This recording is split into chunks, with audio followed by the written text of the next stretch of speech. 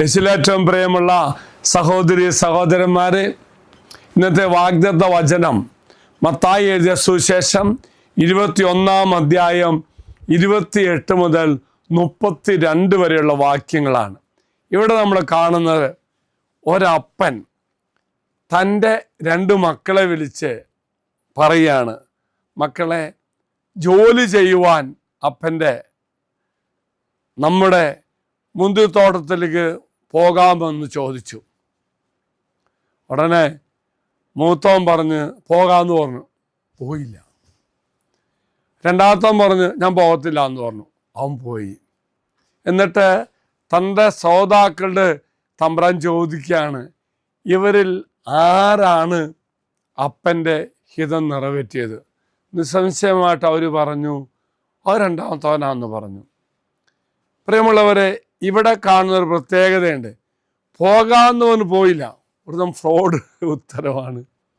രണ്ടാമത്തവൻ പോകത്തില്ല എന്ന് പറഞ്ഞിട്ട് പോയി. അവിടെ വചനം പറയുന്നുണ്ട്, അവൻ മാനസാന്തരപ്പെട്ട് പോയിന്നാ പറഞ്ഞത്. അപ്പോൾ നോമ്പുകാല ജീവിതം എന്ന് പറയുന്നത് നമ്മുടെ ജീവിതത്തെ വിലയിരുത്തുവാൻ ഉള്ള സമയമാണ്. ആ കൊച്ചന് തോന്നി കാര്യം ആദ്യം പറ്റത്തില്ല എന്ന് ഇപ്പോഴത്തെ നമ്മുടെ പിള്ളേർ പറയുന്ന പോലെ പറഞ്ഞിട്ടുണ്ടാവും. പിന്നെ ചിന്തിച്ചിട്ടുണ്ടാവും, എനിക്കും എന്തോരം കഷ്ടപ്പെടേണ്ടത് എൻ്റെ അപ്പച്ചനാ, അത് ഞങ്ങൾക്ക് വേണ്ടിയല്ലേ കഷ്ടപ്പെടുന്നത്. അപ്പോൾ അപ്പച്ചനെ അനുസരിക്കാം, അല്ലെങ്കിൽ ഇത്തരം കഷ്ടപ്പെടുന്ന ഇത്രയും സ്നേഹിക്കുന്ന അപ്പച്ചനെ എങ്ങനെയാ എതിർക്കണമെന്ന് വിചാരിച്ചുകൊണ്ട് അവൻ ചിന്ത മാറ്റി അപ്പൻ്റെ മനസ്സറിഞ്ഞുകൊണ്ട് ഞങ്ങൾക്ക് വേണ്ടിയാണല്ലോ അപ്പൻ അധ്വാനിക്കുന്നത് എന്ന് ചിന്തിച്ചുകൊണ്ട് അവൻ പോകാമെന്ന് പറഞ്ഞു. ഇതാണ് യഥാർത്ഥ മാനസാന്തരം.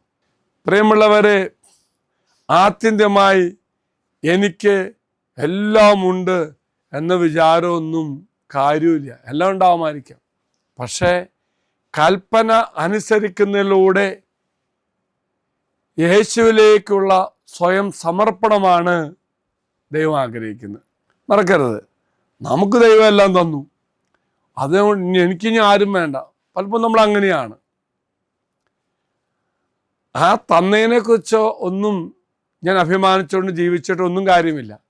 യഥാർത്ഥമായ ദൈവം ആഗ്രഹിക്കുന്നത്, യഥാർത്ഥ ദൈവത്തിൻ്റെ മകനാകുന്ന എപ്പോഴാ?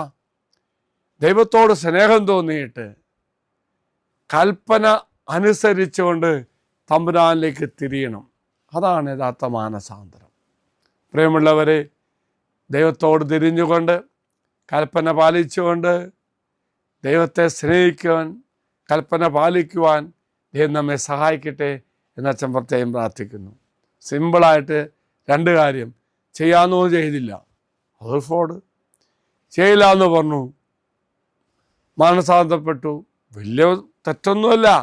എങ്കിലും ആ അപ്പനെ സ്നേഹിക്കാനുള്ള ഒരു ചിന്ത വരുവാൻ, ഒരു മാറ്റം അവന് വന്നു. ഇതാണ് മാനസാന്തരം. നമ്മുടെ നിയോഗങ്ങളെല്ലാം ഈ വാഗ്ദത്ത പേടകത്തിലേക്ക് സമർപ്പിക്ക്.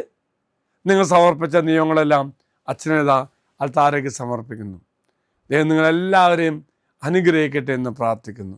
അച്ഛന് ഈശ്വര ആശീർവാദം തരാം. നമ്മുടെ കർത്താവായ ശംശാകൃപയും പിതാവായ ദൈവത്തിൻ്റെ സ്നേഹവും പരിശുദ്ധാത്മാവിൻ്റെ സഹവാസവും നാം എല്ലാവരോടും കൂടെ ഉണ്ടായിരിക്കട്ടെ, ഇപ്പോഴും എപ്പോഴും എന്നേക്കും. ആമേൻ.